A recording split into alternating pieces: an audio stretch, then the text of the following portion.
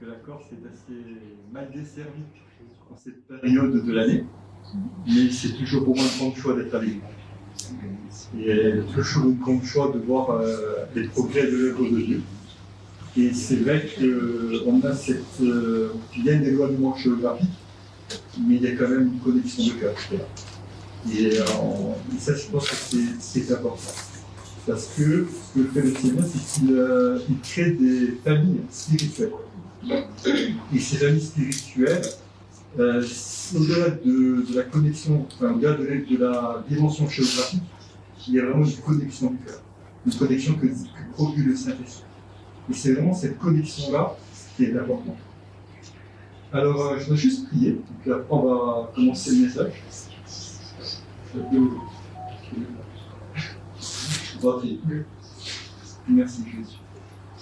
Seigneur, je veux te remercier pour tout ce que tu es en train de faire aujourd'hui. Et Seigneur, je te prie qu'à travers le partage de ta parole, Seigneur, tu puisses produire dans nos vies, tu puisses produire dans ce lieu, et tu puisses produire dans cette région, Seigneur, ce que tu veux produire et impacter cet après-midi. Et je te remercie pour ton onction, je te remercie pour ta présence. C'est toi, Jésus, le chef, c'est toi le rémunérateur de notre foi. Et je te remercie pour ta fidélité, pour ta bonté, Seigneur. Amen. Amen. On peut débuter l'enregistrement si ça y est, bon, c'est là. Alors, cet après-midi, le thème de mon partage, c'est l'apostolat et la centralité du Christ. Donc cet après-midi, je voudrais vraiment vous parler de la centralité de Jésus-Christ dans l'apostolat. Comme l'a dit Philippe, cet après-midi, nous sommes réunis en centre apostolique. Et les centres apostoliques, c'est une expression visible de la réforme, justement, apostolique que le Seigneur opère dans les nations. Si cet après-midi, nous sommes ici en centre apostolique, c'est parce que Dieu est en train d'opérer cette réforme apostolique partout dans le monde. Et les centres apostoliques sont en train d'être, je dirais, qui se sont mis en place, qui se mettent en place, qui vont se mettre en place. C'est vraiment l'expression visible de ce que Dieu est en train de faire partout dans le monde. Alors, partout dans le monde, Dieu lève des apôtres. Je dirais, il intensifie même ce phénomène. On voit partout dans le monde des ministères apostoliques se lever, et autour des ministères apostoliques, le Seigneur déverse son esprit, comme a dit Philippe, et le Seigneur, autour de ces ministères apostoliques, il y a des réseaux qui se créent, il y a des réseaux d'églises, des réseaux d'œuvres, des réseaux de centres apostoliques, il y a toutes sortes de choses qui se mettent en place, et tout ça, c'est voulu de Dieu. Tout ça, c'est dans le projet de Dieu. Tout ça, c'est pour que le royaume de Dieu puisse avancer et que l'Église soit prête pour les temps qui viennent. Donc aujourd'hui, en étant en centre apostolique, nous sommes dans l'actualité de Dieu. Que vous en soyez conscients ou pas, le fait de se réunir au centre apostolique, vous êtes dans l'actualité de Dieu. Vous êtes dans ce que Dieu est en train de faire aujourd'hui. Et pas simplement à Villefranche, mais partout dans le monde. Partout dans le monde, si vous regardez un petit peu ce qui se passe, depuis des années, Dieu a amené cette réforme apostolique et Dieu est en train de l'intensifier. Et donc, on se réunit ici, nous sommes vraiment au cœur de l'actualité de Dieu, au cœur de ce que le Seigneur est en train de faire. Et c'est bon de se dire ça, c'est bon de se dire, voilà Seigneur, tu me fais participant de ce que tu es en train de faire partout dans le monde. Alors, la réforme, je dirais, apostolique, passe bien sûr par la création de centres apostoliques. Et comme a dit Philippe, les centres apostoliques, il y a beaucoup de caractéristiques dans les centres apostoliques, qui ne sont pas le but du message, mais une des caractéristiques, c'est que lorsqu'on se réunit en centre apostolique, quelque part, on enseigne vraiment sur la réforme apostolique et prophétique. Non seulement on enseigne sur la réforme apostolique et prophétique, mais en plus, on s'attend à ce que le Seigneur déverse son onction apostolique et prophétique. Le but, ce n'est pas simplement de recevoir un enseignement, mais le but, c'est d'expérimenter l'enseignement que nous apportons. Et notre cœur, notre désir, et ce que nous croyons, c'est que le Seigneur, non seulement il veut enseigner, il veut qu'on enseigne, mais il veut également déverser la réalité des choses que nous partageons. Et c'est ça le plus important. Le plus important, c'est d'être conduit dans la réalité des enseignements que nous partageons. Alors, bon, on le dit souvent, mais l'apôtre, par excellence, c'est le Christ. Comme dira l'apôtre, certains disent que c'est l'apôtre Paul qui a écrit l'épître aux Hébreux. Bon, je ne vais pas rentrer dans ce débat. Mais en tout cas, dans l'épître aux Hébreux, on nous dit que l'apôtre, par excellence, l'apôtre de notre foi, c'est le Christ. Et ce que nous enseignons donc, c'est que vraiment, c'est du Christ, l'apôtre par excellence, que coule l'apostole. Une des choses que nous enseignons aussi en centre apostolique à Théophile, c'est que le Christ n'est pas seulement apôtre en nous et à travers nous, mais il exerce également les 4 autres ministères. Et ce que nous enseignons, une des choses qui est importante pour nous, c'est que chaque croyant puisse réaliser qu'il peut être donné par le Christ dans les 5 ministères. À la mesure, bien sûr, que le Christ lui donne, mais nous enseignons qu'au sens large, chacun de nous peut être donné en tant qu'apôtre, prophète, évangéliste, pasteur, docteur. Et le fait de comprendre ça, au-delà de le comprendre intellectuellement, mais le fait de le comprendre, de l'expérimenter, c'est très libérateur.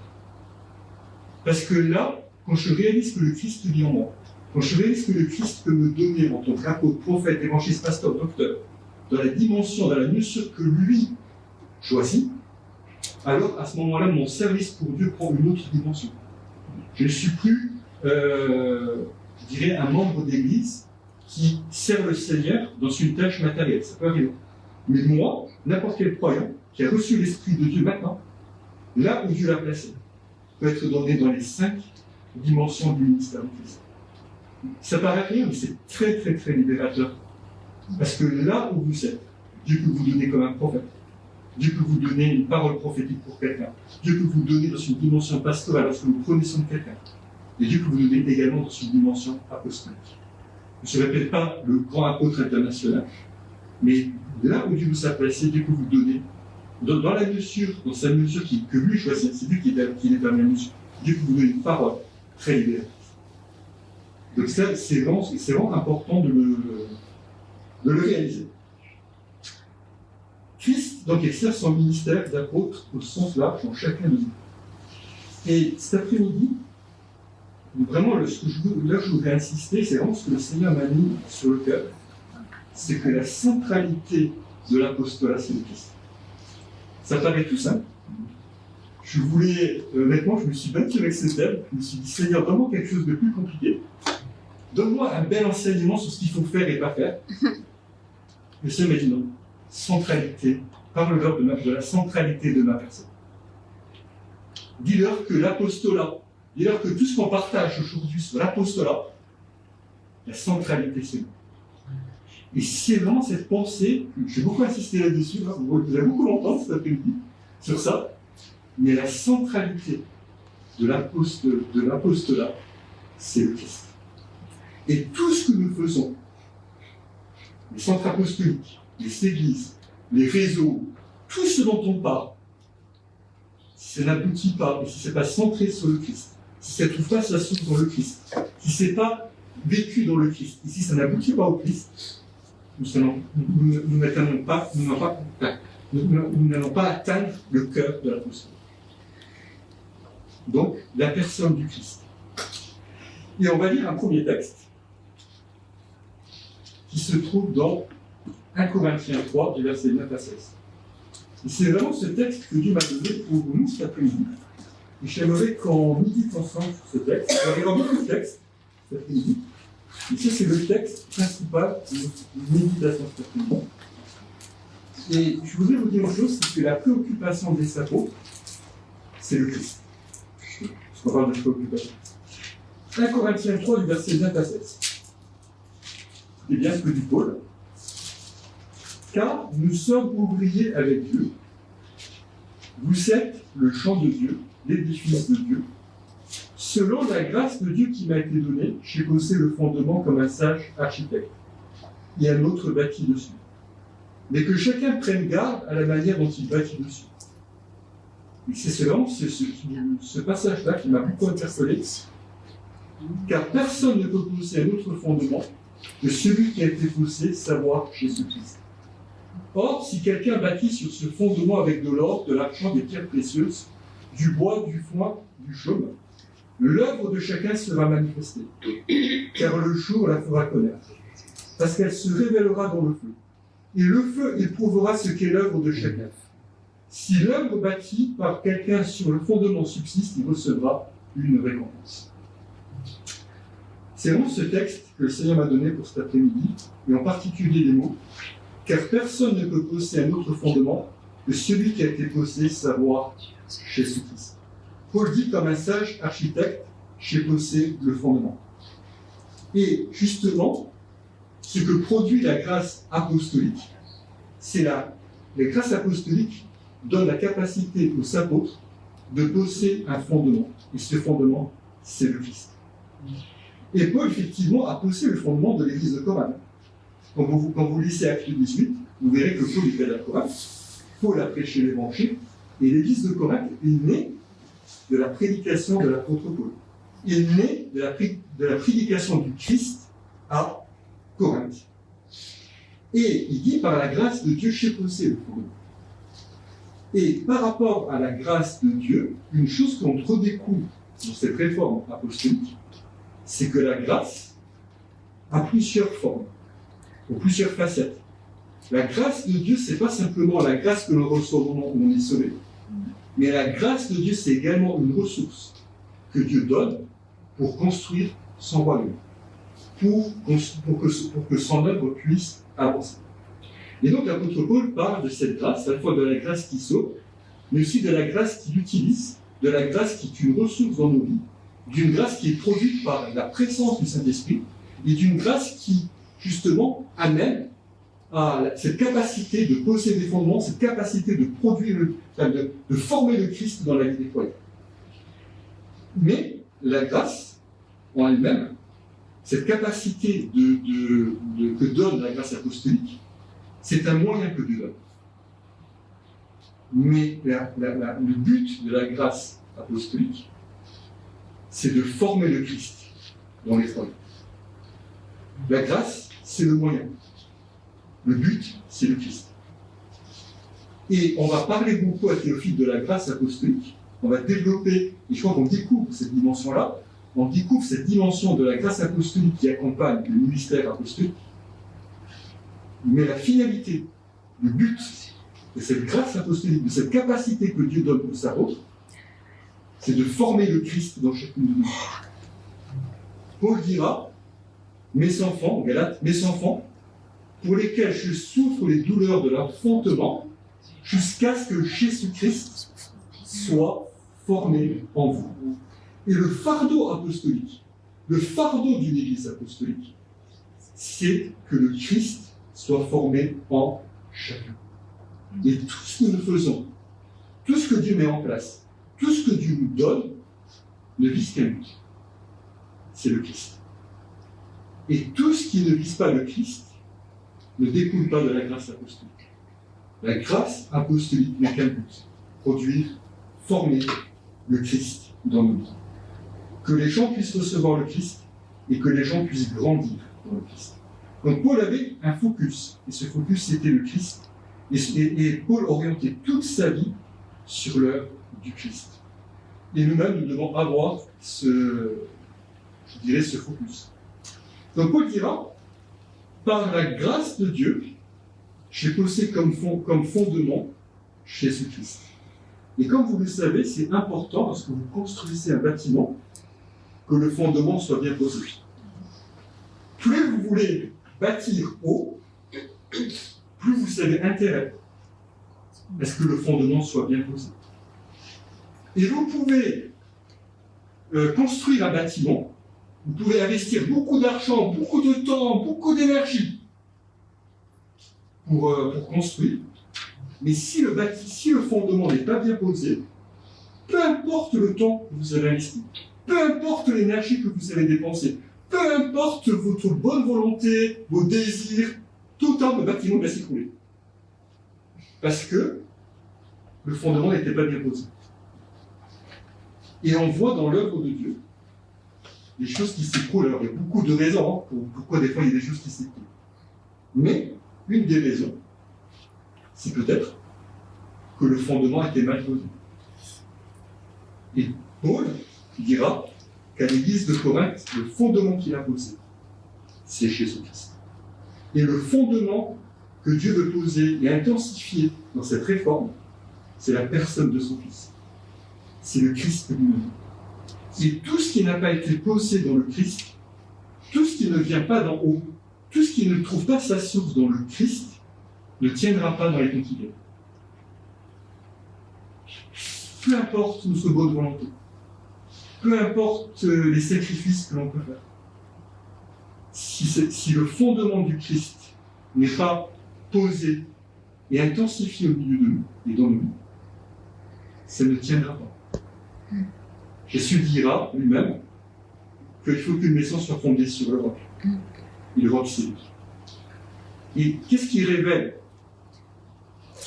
notre fondement? Qu'est-ce qui révèle la réalité de notre fondement? Dans l'image de Jésus, c'est quand la tempête vient. Parce que la tempête révélera ce qui a été construit dans le Christ et ce qui a été construit en dehors de lui. Et je crois que Dieu veut vraiment qu'on soit interpellé sur la manière, sur quel fondement on pose, sur la manière dont on construit sur ce fondement. Et tout ça est vraiment lié à la personne de son Fils. Donc, lorsque Paul mesurait le progrès spirituel, pour lui, son critère, ce n'était pas forcément le critère qu'on a aujourd'hui. Nous, aujourd'hui, des fois, on mesure le critère de progrès sur le monde. Alors, bien sûr, on est attentif au nombre, hein, on ne va pas se mentir.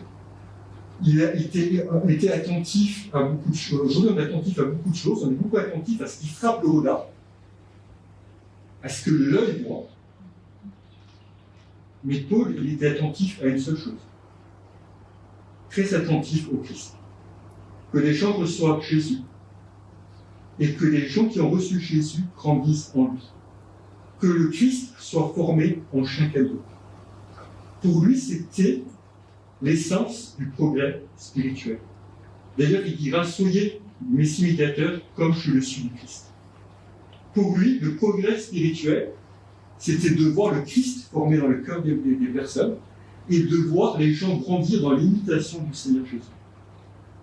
C'était le progrès spirituel. Le progrès spirituel, ce n'était pas forcément ce qui frappe l'œil, mais c'était cette réalité du Christ qui s'incarne en chaque croyant. On a un exemple dans le livre de l'Apocalypse, puisque ce matin on a pris le livre de l'Apocalypse, et dans le livre de l'Apocalypse, en tout cas dans les 3 premiers chapitres, on ne va pas forcément lire un texte, mais ce qui se passe, c'est que l'apôtre Jean est en captivité, comme vous le savez. Et dans Apocalypse 1, l'apôtre Jean, au jour du Seigneur, il est radiant l'esprit. Et il a une vision du Christ. Il a une vision glorieuse du Christ. Et lorsqu'il voit le Christ, il voit le Christ marcher au milieu des 7 chandeliers d'or. Et les 7 chandeliers d'or, c'est son Église. C'est son Église, la plénitude de la communauté, c'est son Église. Et il demande à l'apôtre Jean d'écrire dans cette Église. Et parmi ces 7 églises, il y en a une qui m'intéresse particulièrement, c'est l'église de Laodicée. Il écrit à l'église de Laodicée, et il va lui dire plusieurs choses. Et cette église, Jésus lui dit, tu te crois riche. Tu te crois riche. Alors, je ne sais pas vous, mais moi, quand je suis en vacances, j'aime bien visiter les églises. Mon épouse n'aime pas trop ça. Elle dit, on est en vacances, Moi, j'adore ça. Donc, quand je suis en vacances, j'aime trop aller voir d'autres communautés. Moi, c'est vraiment, ça me plaît beaucoup. Alors, imaginons que vous étiez en vacances à Laodicée. Vous arrivez, Laodicée, voilà, je vais aller voir les frères et sœurs de Laodicée. Et vous savez donc que le dimanche matin, dans cette église, à Laodicée, et puis cette église paraît plutôt riche. Hein. Il y a de magnifiques solos, il y a des spots de partout, des super fauteuils, des magnifiques écrans. Et puis, vous êtes là, et vous dites, ah, c'est vraiment que je vous parle. Vous dites, extérieurement, ça paraît super. Et je suis ici, cette église. Tu te crois riche. Tu te crois bien. Tu te crois super. Mais tu ne sais pas tu es misérable, pauvre, aveugle et nu. Waouh. Je dirais que le premier mot, mais il y en a 4. Misérable, pauvre, aveugle et nu. Ça fait mal quand même. Je sais pas vous, mais ça fait un peu mal. Et pourquoi est-ce qu'ils sont misérables, pauvres, aveugles et nus? On a la réponse dans l'Apocalypse 3, verset 20. Voici, je me tiens à la porte et je frappe. Si quelqu'un entend ma voix, il ouvre la porte, j'entrerai chez lui et je souperai avec lui et lui avec moi. On utilise souvent ce verset dans l'évangélisation. Ouvre ton cœur à Jésus. C'est pas faux. Mais le contexte, c'est pas un contexte d'évangélisation. Le contexte, c'est un contexte d'église locale. Et Jésus est à l'extérieur de l'église locale. Et Jésus dit, je tape à la porte de ton cœur. Est-ce que tu vas me laisser rentrer? Imaginez le Seigneur qui est obligé de taper à la porte de son église en disant, mais est-ce qu'il y a quelqu'un qui va me laisser rentrer? Et pourtant, c'est ce que Jésus est obligé de faire dans cette église. Pourquoi? Parce que l'église est décentrée. L'église est décentrée de Jésus. Et chaque fois qu'on se décentre de Jésus, on est pauvre, misérable, aveugle et nu. Et ce qui est triste dans ce texte-là, c'est qu'ils ne se sont même pas rendus compte que le Christ était à l'extérieur. C'est-à-dire qu'on peut faire une activité spirituelle, une activité religieuse au nom du Christ, qui ne trouve pas ça sur son Christ, et avec le Christ à l'extérieur. Et ça, c'est un avertissement pour chacun de nous. C'est un avertissement pour nous tous qui voulons servir Dieu. C'est un avertissement à bien commencer, à bien pousser le fondement, mais aussi à continuer dans le Christ.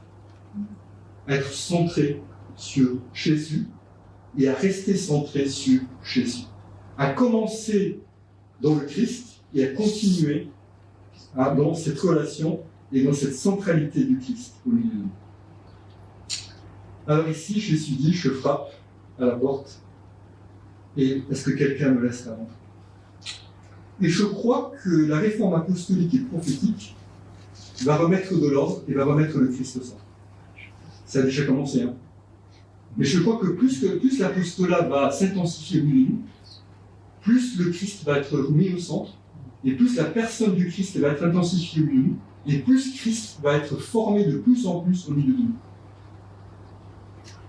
Et tout ce qui ne trouve pas sa source justement dans le Christ, ça ne tiendra pas, ça sera consumé par le feu.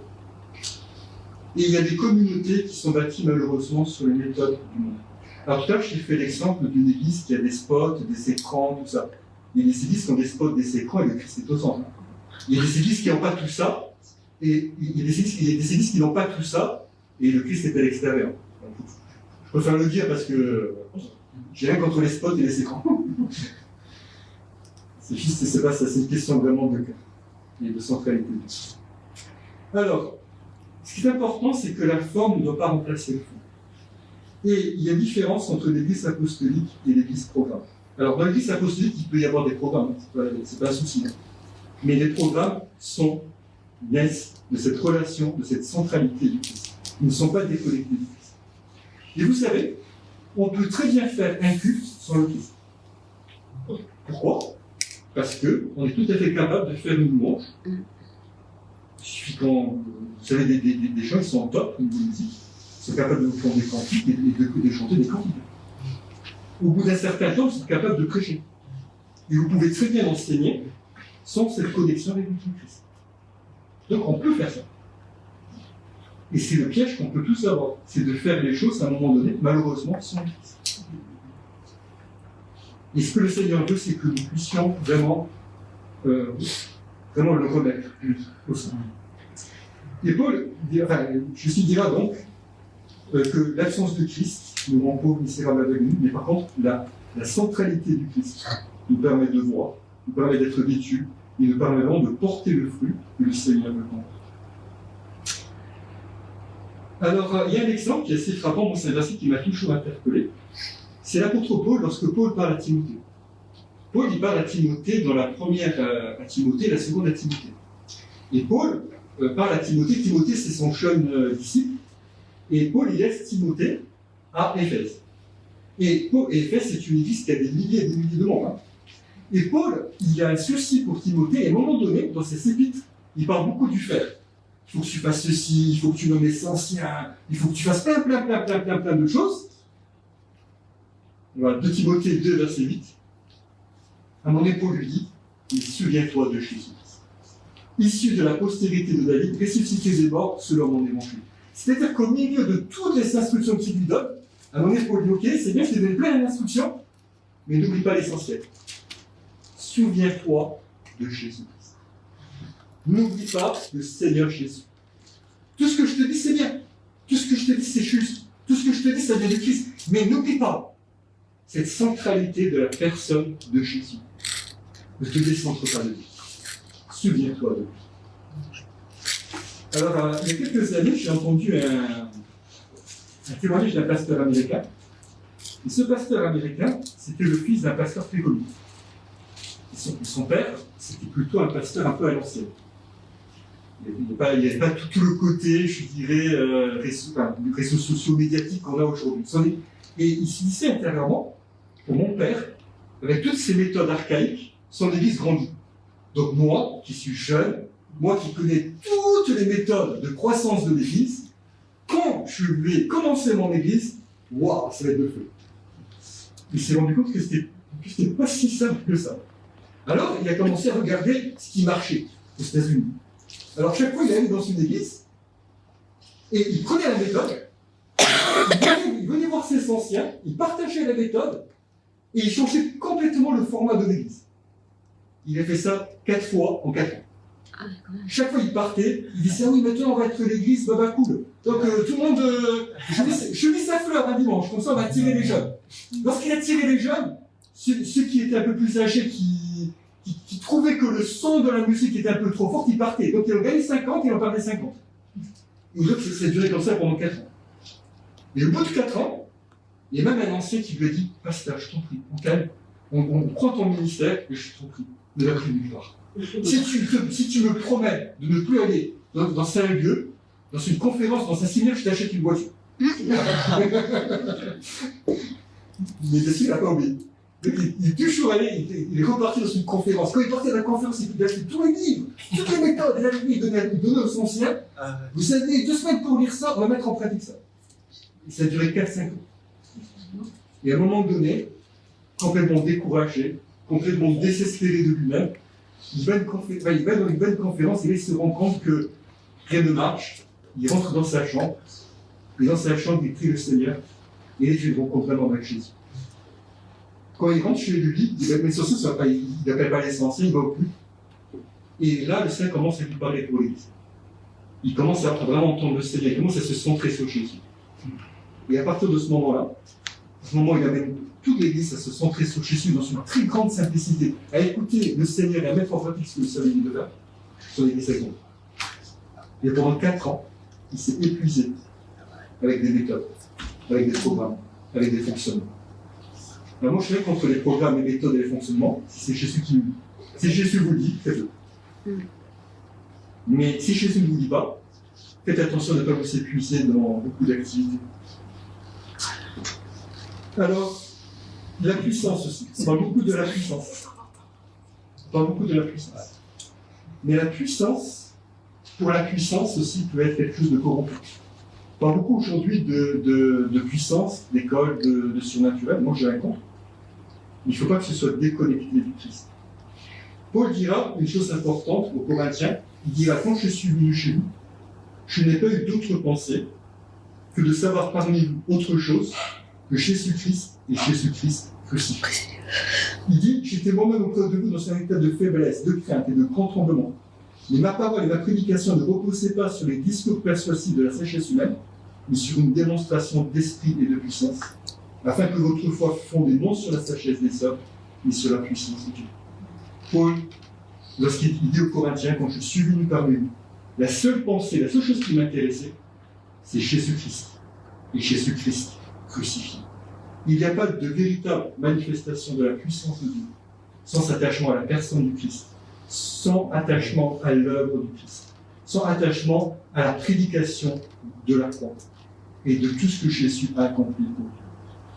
Et il faut faire attention à tout ce qui peut être puissance pour la puissance et qui est déconnecté. Il avait ce souci de connecter les personnes qu'il rencontrait au Christ. Et puisqu'on parle encore des Corinthiens, Paul dira, dans 2 Corinthiens 12, versets 2 à 3, écoutez bien ce que Paul dit, Paul dira, car je suis jaloux de vous, d'une jalousie de Dieu, parce que je vous ai fiancé à un seul époux, pour vous présenter à Christ comme une vierge pure. Toutefois, de même que le serpent séduit Ève par sa ruse, je crains que vos pensées ne se corrompent et ne se détournent de la simplicité de Christ. Paul ici dit que dans son ministère apostolique, il a fiancé les gens au Christ. Et la vraie marque la marque des vrais ministères, ce sont les ministères qui vont vous amener au Christ, qui vont vous financer au Christ. Et dans le même texte, c'est 1 Corinthiens 11, pardon, 1 Corinthiens 11 du verset 20, 2 Corinthiens 11 du verset 20. Et dans le même texte de 2 Corinthiens 11, pour vous le dire chez vous, on n'a pas le temps de tout lire, mais Paul justement va mettre en parallèle son ministère apostolique et le ministère des faux apôtres. Il dira, faites attention aux Corinthiens, parce que vous recevez de faux apôtres. Et ces faux apôtres, qu'est-ce qu'ils font? Ils prêchent un autre Jésus. Ils manifestent un autre esprit. Ils vous détournent de l'évangile. Ils vous détournent du Christ. Et Paul il dit, moi en tant qu'apôtre, en tant que ministre du Christ, mon souci, ça a toujours été de vous amener à Jésus. Ça a toujours été de vous financer à Jésus. Et il dit, une des caractéristiques du faux apostolat, c'est que eux ne vous amènent pas à Jésus, mais ils vous amènent à eux. Il utilise des mots très forts. Je vais vous citer les mots qu'il utilise. C'est très très fort. Il dit, mais ces gens-là, ils vous asservissent. Ces gens-là, même ils vous frappent. Ils vous dépouillent. Ils s'emparent de vous. Et ils sont arrogants. Et lorsque des gens sont comme ça, lorsque les gens vous dépouillent, lorsque les gens vous asservissent, lorsque les gens vous s'emparent de vous, c'est du faux apostolat. C'est des faux ministères. Parce que le véritable ministère va toujours vous conduire au Christ. Il va toujours vous conduire à Jésus. Le véritable ministère, il va marcher à côté de vous pour vous aider à faire tous les pas, pour vous aider à faire les pas pour aller vers le Christ, pour que le Christ soit formé en vous. Il va savoir s'effacer à un moment donné pour laisser vraiment le Christ vous parler. Mais s'il y a des gens qui sont là, en train de vous asservir, de profiter, de s'emparer de vous, ça c'est du faux apostolat. Dans le monde actuellement, il y a un vrai ministère apostolique, mais il y a un faux mouvement apostolique. Et c'est pas étonnant parce qu'à l'époque, des premiers apôtres, il y avait aussi un faux ministère apostolique. Et dans 2 Corinthiens 11, Paul il en parle clairement. Il dit ce sont des serviteurs de Satan. Ils se déguisent en anges de lumière. Ils vous asservissent, ils vous dépouillent, ils se servent de vous. Et il dit prenez garde. Prenez garde, faites attention. Paul dira dans Éphésiens, Jésus dira dans Apocalypse 2, quand il parle à l'église d'Éphèse, il dira, tu as éprouvé ceux qui se disent apôtres et qui ne le sont pas. Et aujourd'hui, il faut faire très attention, parce que justement, il y a aussi, quand il y a un vrai mouvement de Dieu, le diable vient et sème les choses. Il y a des critères pour discerner entre le vrai et le faux. C'est où est-ce qu'on vous conduit. Est-ce qu'on vous conduit vers Jésus? Est-ce qu'on vous conduit vers la personne de Christ? Ou pas? Une des choses importantes, c'est la centralité de Jésus. Le vrai apostolat, il trouve sa source en Jésus. Le vrai apostolat, il vous conduit à Jésus. Et quand vous regardez tous les écrits de Paul, il y a toute une convergence de son cœur et de sa pensée vers le Christ et d'amener les gens à Jésus. Regardez bien, examinez. Mais le critère, c'est vraiment cette centralité de Jésus. Alors, Paul a dû lutter contre ceux qui détournaient les gens du Christ. Par exemple, dans Galates 3, du verset 1 à 3, il dira « Ô Galates dépourvus de sens, qui vous a fasciné, aux yeux de qui, vous, aux yeux de qui Jésus-Christ a été peint comme crucifié ?» Donc ici, aussi, dans l'église de Galate, dans les églises de Galatie, Paul a été obligé de lutter contre des gens qui détournaient les disciples du Christ. On va aller un peu plus loin. Dans Colossiens 2, du verset 1 à 3, je lis beaucoup de textes, mais c'est vraiment des textes centrés sur le Christ. Colossiens 2, du verset 1 à 3. Là, c'est Colossiens. Je veux en effet que vous sachiez combien est grand le combat que je soutiens pour vous, et pour ceux qui sont à la Odyssée, et pour tous ceux qui n'ont pas vu mon visage en la chair, afin qu'ils aient le cœur rempli de consolation, qu'ils soient unis dans la charité et enrichis d'une pleine intelligence, pour connaître le mystère de Dieu. C'est quoi le mystère de Dieu? Savoir Christ. Mystère dans lequel sont cachés tous les trésors de la sagesse et de la science. Paul dit, je combats. J'ai un grand combat. Pourquoi est-ce que je combats? Pourquoi est-ce que je me bats? Pour que vous puissiez connaître le Christ. Parce que c'est dans le Christ que sont cachés tous les trésors de la sagesse et de la science. Si vous laissez le contexte de l'épître aux Colossiens, dans l'église de Colosse, il y avait des faux enseignants qui venaient dans l'église de Colosse et qui disaient on va rajouter quelque chose à l'œuvre du Christ. Oui, le Christ a tout accompli, oui, mais c'est bien, si tu commences à observer les jours, c'est mieux. Si tu commences à faire ceci, c'est bien. Non, mais le Christ, c'est pas suffisant. Rajoutons quelque chose au Christ. Et Paul, il va s'opposer à ça. Il va dire il n'y a rien à rajouter à l'œuvre du Christ. Il dira, vous savez tout pleinement dans le Christ. Il va dire, mais réalisez que le Christ vit en vous. Christ en vous, l'espérance de la gloire. Et toutes les titres des Colossiens, il va s'opposer à tous ceux qui disent, on doit ajouter quelque chose à l'œuvre du Christ. On doit ajouter quelque chose. Non, c'est pas suffisant, il faut ajouter quelque chose. Il faut que je rajoute quelque chose. Il faut que je rajoute quelque chose qui vient de moi. Et Paul, il va s'opposer à ça. Il va dire, non, vous avez tout reçu. Vous avez tout pleinement dans le Christ. Maintenant, croyez que vous l'avez reçu. Et vivez pleinement cette vie que le Christ vous a donnée. Vivez à partir du Christ. Vivez à partir du Christ qui vit en vous. Vous n'avez pas besoin de rajouter quelque chose au Christ. Le Christ est pleinement suffisant en chacun de nous. Amen. Alors, il a s'opposé, parce qu'il est conscient que tout vient du Christ. Alors, une chose qui est importante aussi, c'est que le fondement soit bien posé. Et ce qui est important aussi, c'est de bien construire. Paul dira, il faut poser un fondement, mais il faut aussi bien construire sur ce fondement-là. Il y a quelques années, le Seigneur m'a donné une vision, une image, une vision, pour le livre, et je voyais l'œuvre, je voyais qu'on avait bien posé le fondement. Donc j'étais rassuré, le fondement c'était Christ. Ça m'a rassuré quand même. Mais après, dessus, c'est comme si le Seigneur me montrait un tas de briques et de bois. Vous savez, quand on amasse des chaises, des tables, des trucs comme ça. Et le Seigneur m'a interpellé en me disant, mais réoriente ta pensée, réoriente vraiment ta manière de construire. Et ça m'a vraiment interpellé. Ça m'a vraiment interpellé sur la manière de construire. Donc, non seulement on doit poser le fondement qui est le Christ, mais aussi on doit continuer à construire dans la pensée du Christ. Et tout ce qui ne procède pas du Christ, toute l'œuvre que l'on fait qui ne vient pas du Christ, c'est du chaud, du froid et de la peur. Et c'est des choses qui ne peuvent pas tenir devant le Seigneur. Par contre, tout ce qui est né de lui, tout ce qui vient de lui, c'est de l'or, c'est des pierres précieuses, c'est de l'argent. La différence, c'est quoi? La différence, c'est la source.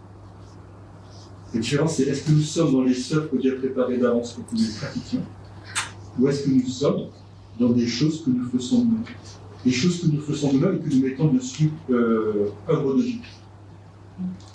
Et un des moyens pour justement être dans l'œuvre de Dieu et construire dans l'œuvre de Dieu, c'est de développer et de continuer à développer cette intimité, cette proximité avec Jésus. Une chose qui est tellement importante, c'est d'être à l'écoute de ce que le Seigneur nous demande tous. Qu'est-ce que le Seigneur nous demande de faire? Vaut mieux faire peu, mais faire ce que Dieu vous demande de faire, que faire beaucoup de choses qui ne trouvent pas sa source dans le Christ. Bon, en principe, lorsqu'on écoute le Seigneur, en principe, il veut de notre travail. Je n'ai pas vu de chrétiens qui suivent Jésus qui ne sont pas au travail. Mais l'important, c'est, Seigneur, qu'est-ce que tu veux que je fasse? Que dira l'apôtre Paul lorsqu'il a rencontré Jésus sur le chemin de Damas? Seigneur, qu'est-ce que tu veux que je fasse? Et ça a été vraiment la phrase de toute sa vie. Faire la volonté du Seigneur. Et je sais que nous voulons faire la volonté du Seigneur. Et je crois que le Seigneur veut vraiment nous interpeller sur la centralité de sa personne. Romains 11, verset 36, il dira « C'est de lui, par lui et pour lui que sont toutes choses, à lui la gloire dans tous les siècles. » C'est de lui, par lui et pour lui que sont toutes choses, à lui la gloire dans tous les siècles. Donc, c'est de lui, c'est vraiment lui la source. C'est par lui, c'est-à-dire que nous faisons les choses par lui, par les forces et les ressources qu'il nous donne. Et on parle beaucoup de cette grâce apostolique qui nous donne la capacité de faire ce que le Seigneur nous demande de faire. Et la finalité, c'est que nous faisons les choses pour lui. Et quand nous faisons les choses, c'est important de se dire, est-ce que c'est de lui, par lui et pour lui? Parce que là l'apôtre Paul, il dit quelque chose, il dira que sont toutes choses. Donc c'est quelque chose de global. Mais ces choses, on peut les ramener à notre foi commun. Le Christ veut exercer son ministère en nous, et à travers nous, il veut vraiment que ce ministère qui s'exerce en nous et à travers nous, justement, que nous puissions le laisser exercer le ministère qu'il veut exercer en nous, pour les autres. Déjà pour nous, puis à travers nous, pour les autres. Donc c'est de lui, par lui, et pour nous, que sont toutes choses. À lui seul la gloire. Donc c'est important d'être dans cette centralité de Jésus-Christ. Et c'est ce qui va demeurer. Je vais terminer avec un dernier texte. Paul dira dans Galates 2, verset 20, « J'ai été crucifié avec Christ. Et si je vis, ce n'est plus moi qui vis, c'est Christ qui vit en moi. Si je vis maintenant dans la chair, je vis dans la foi au Fils de Dieu qui m'a aimé et qui s'est livré lui-même pour moi. » C'est très important de dire. J'ai été crucifié avec Jésus-Christ. Si je vis, ce n'est plus moi qui vis, c'est le Christ qui vit en moi. Si je vis maintenant dans la chair, je vis dans la foi au Fils de Dieu qui m'a aimé et qui s'est livré lui-même pour moi. Une des choses, lorsqu'on parle de la centralité du Christ, c'est que la centralité du Christ va produire une chose, c'est qu'on va se décentrer de nous-mêmes. Soit on est centré sur nous-mêmes, soit on est centré sur le Christ. Donc plus on se centre sur le Christ, plus on se décentre de nous-mêmes. C'est logique. Parce que là, tout va bien. Et il dira, j'ai été crucifié avec le Christ. Il ne dit pas, je dois me crucifier. Mais il dira, j'ai été crucifié. Ça a été fait il y a 2000 ans. Alors des fois, quand je me suis converti il y a des années, on prêchait beaucoup, maintenant un peu moins. On a rectifié ça. Mais on prêchait beaucoup, oui, il faut crucifier la chair, il faut qu'on se crucifie, il faut qu'on meure, tout ça. Mais Paul, il ne dit pas ça. Paul, il dit, j'ai été crucifié. N'essayez pas de vous crucifier, vous l'avez été il y a 2000 ans. Vous l'avez été parfaitement par le Christ. La Bible dit que quand le Christ est mort, il y a 2000 ans, je suis mort avec lui. Que lorsqu'il a été enseveli, j'ai été enseveli avec lui. Que lorsqu'il est ressuscité, je suis ressuscité avec lui. Que lorsqu'il a été élevé dans la gloire, j'ai été élevé dans la gloire avec lui. Que lorsqu'il s'est assis à la droite du Père, je me suis assis avec lui. Lorsque nous naissons de nouveau, nous sommes au bénéfice de toute l'œuvre de Christ. Jésus, nous sommes connectés, nous sommes unis à lui. Et nous sommes unis à sa crucifixion. Donc nous avons été crucifiés avec lui.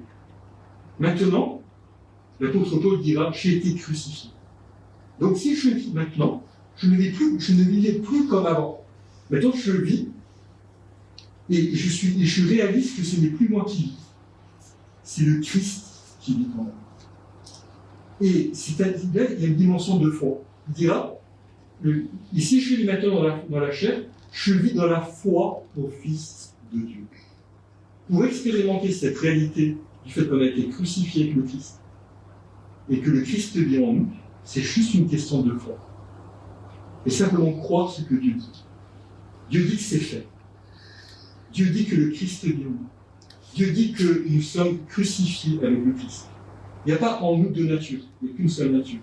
La nature régénérée. Si nous sommes nés de nouveau, nous avons été régénérés, le Saint-Esprit nous habite en nous, le Christ est formé en nous. Le Christ est parfait en nous. La manifestation du Christ à travers nous, elle n'est pas encore parfaite. Mais le Christ est parfait en nous. Maintenant, nous devons simplement croire et nous s'aligner sur ce que la parole de Dieu dit.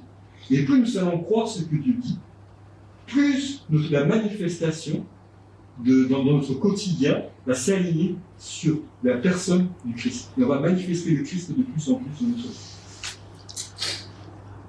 Donc, on a été crucifié avec Christ, il faut le croire et vivre en fonction de ce que je crois. Ça sous-entend se décentrer de nous-mêmes. C'est se décentrer des fois de nos faiblesses et de nos forces pour nous s'attendre à lui. Tous les jours, on a le choix de nous centrer sur lui ou de nous centrer sur moi. Je peux me centrer sur moi. Je peux me centrer sur moi, sur mes échecs, mes faiblesses, mes péchés, tout ça. Ou je peux me centrer sur le Christ. Et croire ce que Dieu dit qu'il a fait au moment où il est mort, à savoir que nous sommes morts avec lui et que nous sommes ressuscités avec lui. Alors, on a le droit d'être dans le désespoir. Mais il faut que ce désespoir nous amène à Dieu, nous amène à Jésus. Si notre désespoir ne nous amène pas à Jésus, ce désespoir va nous amener à la mort. On a le droit d'être découragé.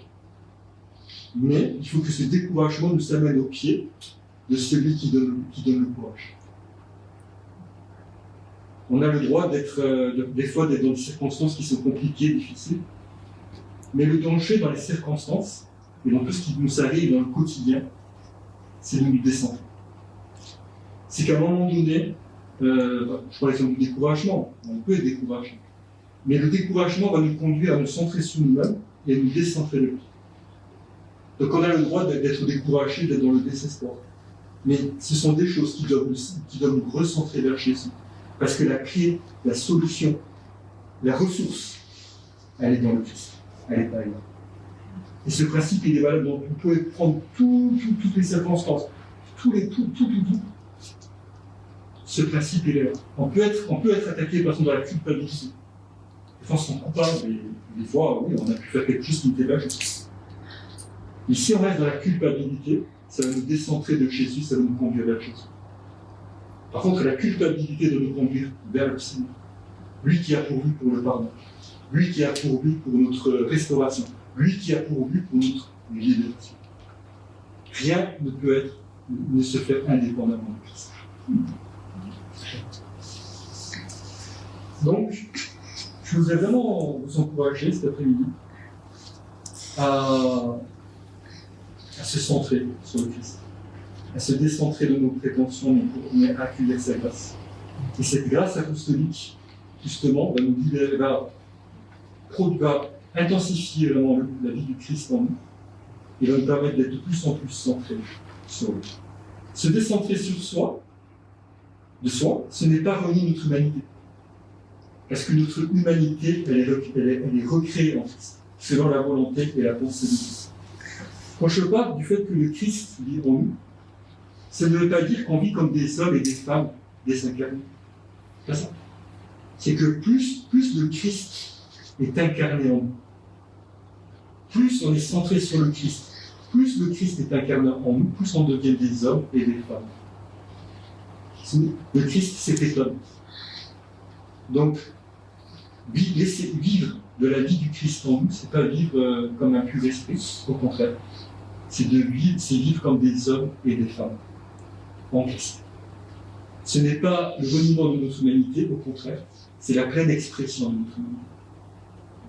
La pleine expression de notre humanité créée ce monde. Donc la centralité de Jésus, c'est vraiment le cœur de l'apostolat.